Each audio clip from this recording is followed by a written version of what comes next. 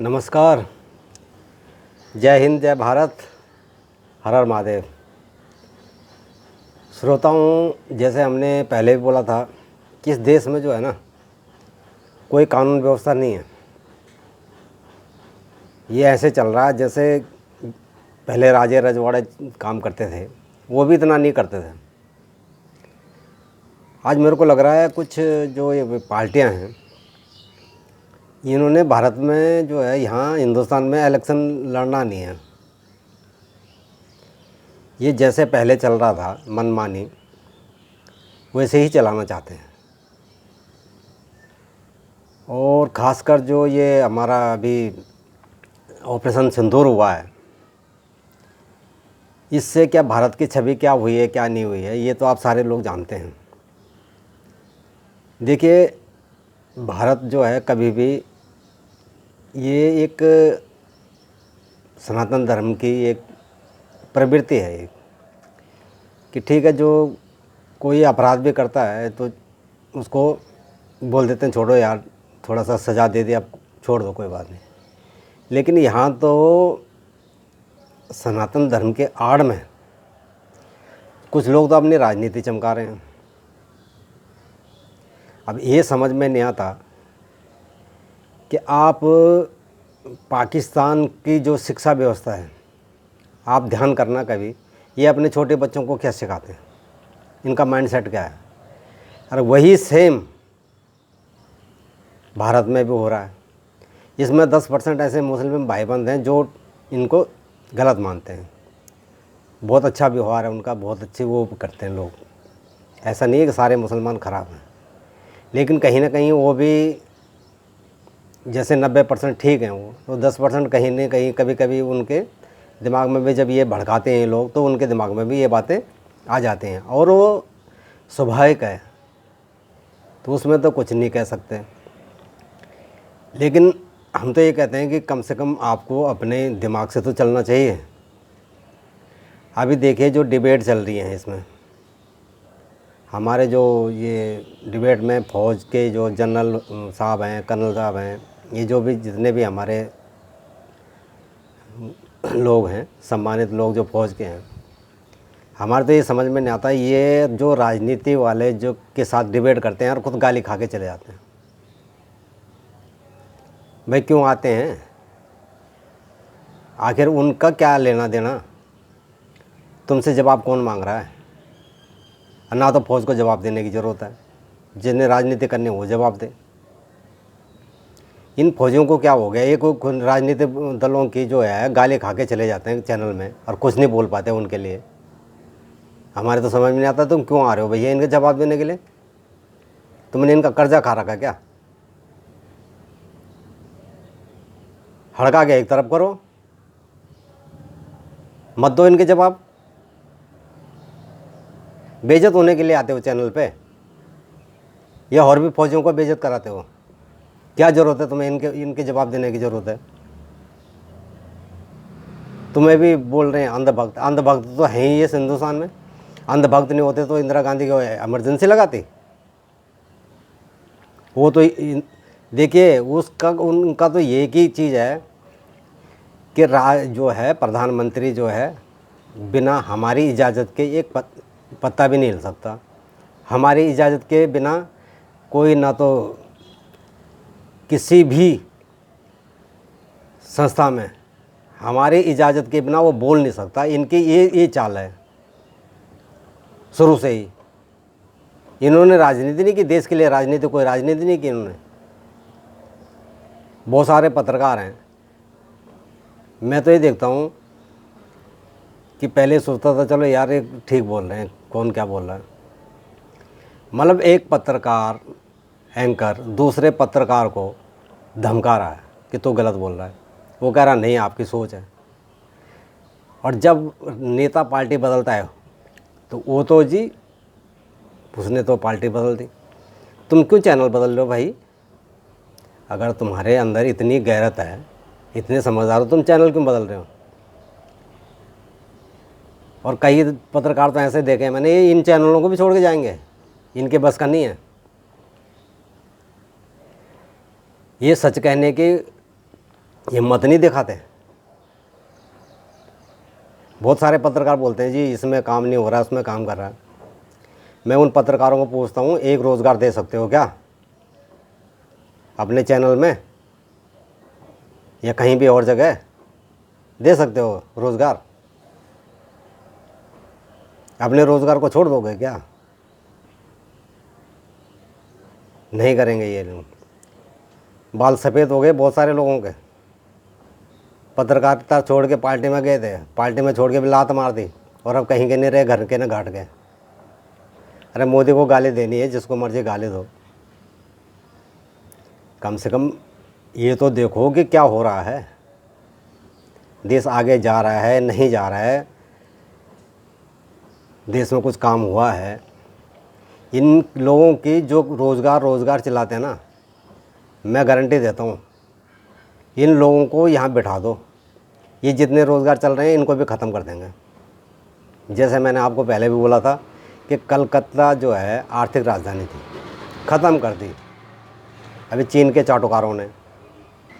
अभी मैंने एक बात आपको बोली थी, कश्मीर में जो हुआ था कि वहाँ नहीं जाना चाहिए जब तक ये समर्थक उग्रवादियों के भूखे नहीं मरेंगे, और ऊपर वाले ने कर दिया, आज कश्मीर खाली पड़ा हुआ। बहुत सारे यूट्यूब देखते होंगे आप लोग, हाँ हाँ हाँ जब क्या आप कश्मीर जाओगे? हाँ जी हम तो जाएंगे घूमने के लिए। अब जाओ ना। तो जब तक कहते हैं ना, जाके पाँव पड़ी नहीं भिगवाई, सो के जाने पीर पर आई।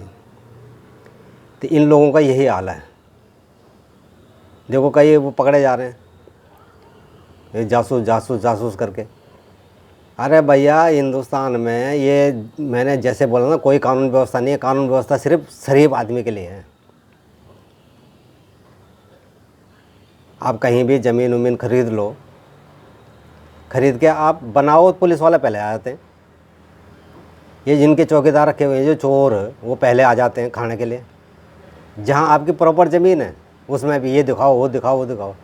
और जो अवैध आ रहे हैं, अभी आपने अहमदाबाद में देखा होगा कि हैदराबाद में जो चल रहा है, वो कहाँ से बस गए भाई? कहाँ से इतने मकान बन गए?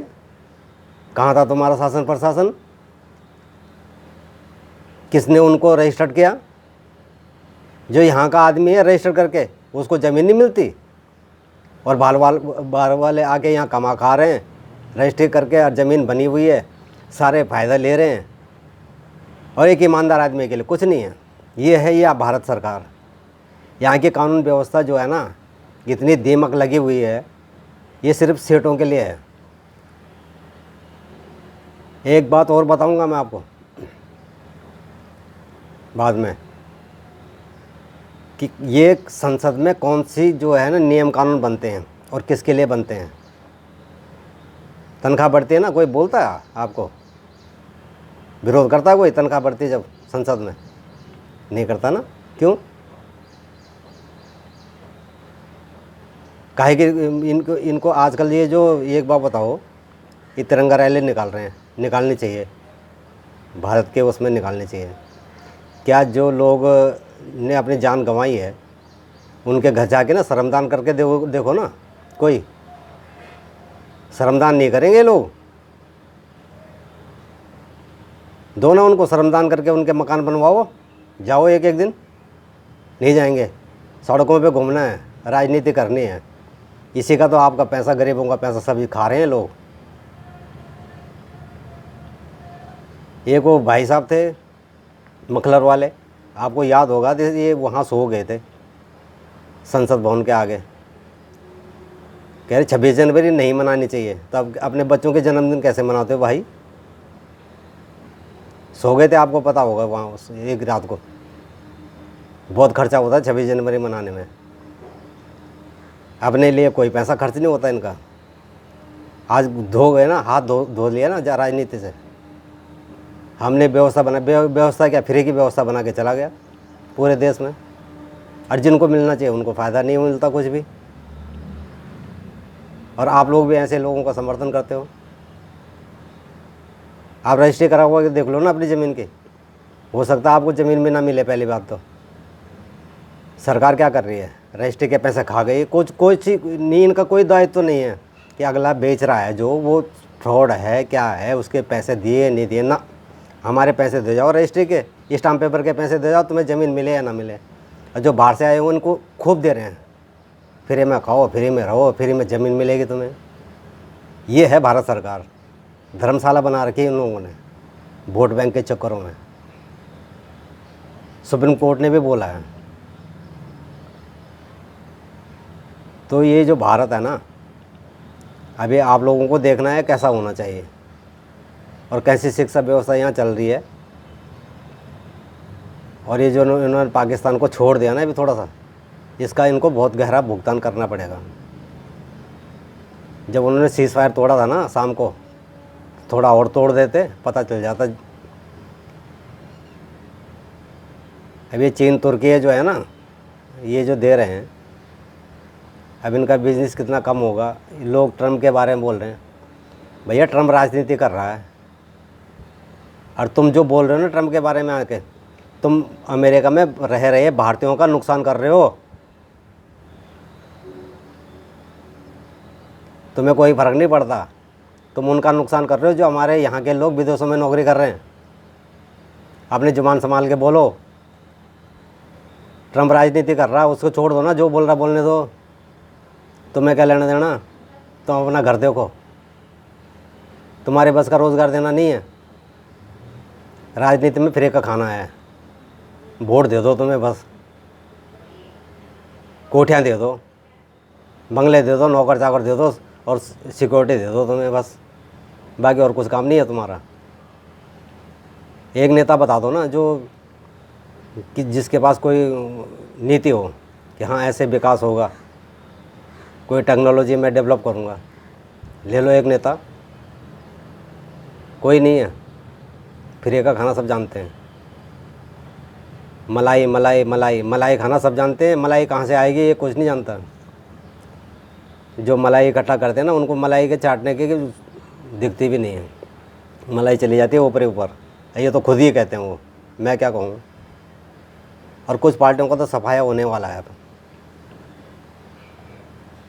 क्योंकि इन लोगों की जो प्रवृत्ति है, इन्होंने पहले कश्मीर से हिंदुओं को भगवाया, फिर बंगाल में भगा रहे हैं। अब देश में भाग के कहाँ जाओगे मुझे नहीं पता। नमस्कार, फिर किसी दिन, कल फिर किसी और चर्चा पे बात करेंगे। और मेरा खासकर अपने डिफेंस वाले भाई बंधुओं से निवेदन है कि राजनीति दल के लोगों से ना भिड़ो, ना इनका जवाब दो और ना राजनीति करो। आपको आप जवाबदेह नहीं हो, आप अपना काम कर रहे हो। जो राजनीति कर रहा करने दो। इनके गालियाँ खाने के लिए चैनल पे मत आओ। नमस्कार, जय हिंद, जय भारत, हर हर महादेव।